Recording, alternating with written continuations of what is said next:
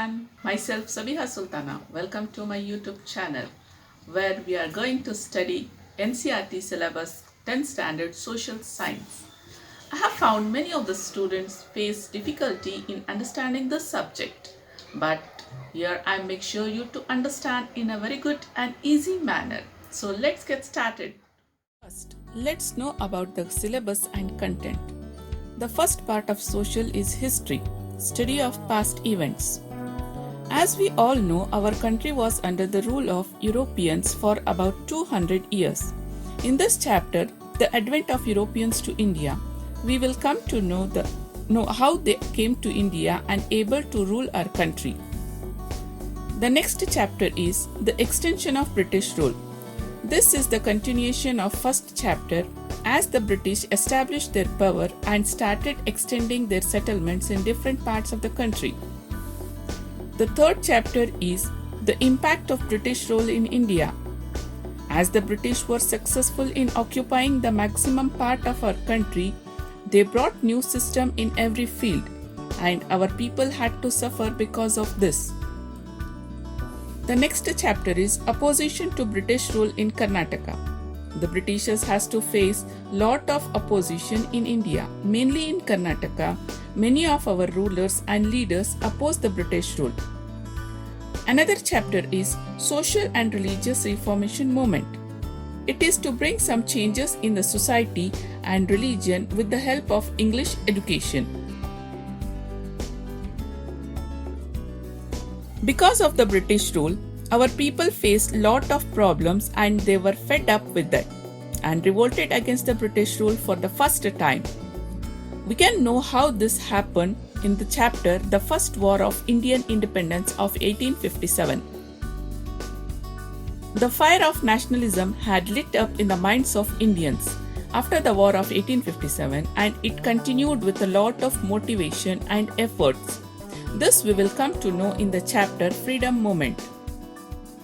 The role of many leaders in achieving freedom is great. Likewise, the role of Gandhi in this scenario is highly significant. This we will know in the chapter Era of Gandhi and National Movement. At last, our country achieved freedom, but we had to face lot of problems like partition and migration. We will come to know about this in the chapter Post-Independent India. The last chapter of history is the political developments of 20th century, where we come across with the two great world wars that changed the thinking of many countries in various manner. The next part of the social is political science, which deals with the political activities. In this, the first chapter is the problems of India and their solutions. Here we will come to know the problems which our country is facing towards development. To maintain a good relationship with the other countries, our India had adopted the policy Indian Foreign Policy. This is the next chapter. After signing the foreign policy, it is our duty to maintain good relationship with other countries. In this chapter, India's relationship with other countries, we will come to know our country's relationship with the most powerful country and neighboring countries of India. As we come across with many problems in and around the world, this is the chapter we will learn the global problem and India's role. In the last chapter of history, we had learnt about two great wars. The World War was disturbed because of this, and there was a panic in the people about Third World War. To stop all those problems, UNO was established, which is referred to as International Institution. The third part of social is sociology, study of society. This chapter is about stratification seen in a society. We will learn about this stratification in our country, India. The next chapter is labor, referred as manpower.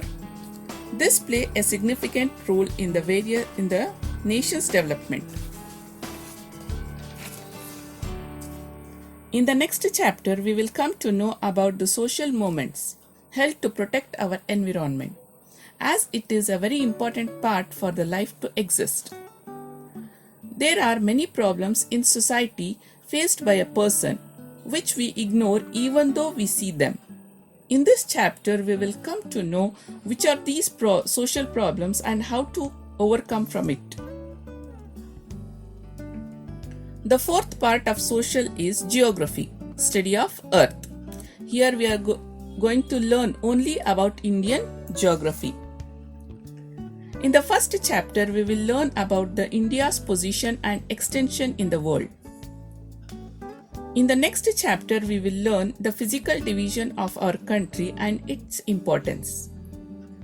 After that, it is the Indian climate, where we come to know about the type of climate we have in our country. Our country is agricultural based country. Soil plays a very important role in this. In this chapter, we learn about the different soil found in India. As like soil, even the natural vegetation is also very important. In the chapter Indian Forest Resources, we will learn the different types of forest and its importance. Water is a main component of the life to exist. In the next chapter, Indian Water Resources, we will learn how we are making use of this resource. Land is also a very important component. The chapter Indian Land Resources tells us about the different land form and usage of land for various purposes. As India is having a lot of mineral deposit, we will learn more about this in the chapter Indian Mineral and Power Resources. If a country wants to get developed, it should have a good transport and communication. So in this chapter, we will come to know the role of Indian transport and communication. Without industry, a country cannot move towards development, and our country is having a good number of industries. In this chapter, we will learn about the Indian industries. Many a times, we come across with lot of disasters. Few are man-made and few will be natural. In this chapter, we will learn about the natural disasters occurs in India. Population is considered as the very important part of our country for its development, as it acts as a human resource. But if it is excess, a country has to face many problems. In this chapter, we come to know the population of India. The fifth part of social is economics. It deals with the economic activities of man. Every one of us continuously strive to achieve progress in our life. This process is considered as development. In this chapter, we will learn about the development of individuals and the economic development of country. As India is a country of villages, for overall development of a nation, it is very important to achieve rural development. This is the next chapter. As we all know, money plays a very important role in the society. In this chapter, we will learn about money and credit.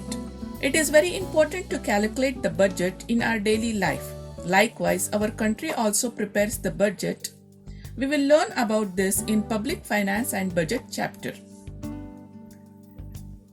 The last part of social is business study, which deals with the business concern.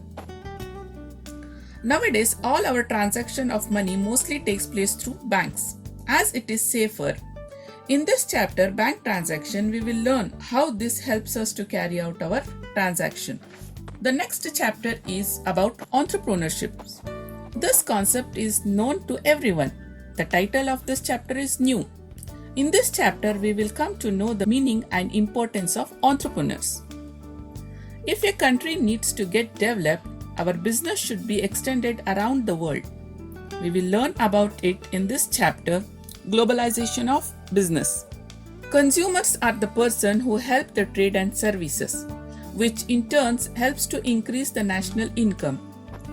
Their protection is also important, as many a times they get cheated by the producers or middlemen.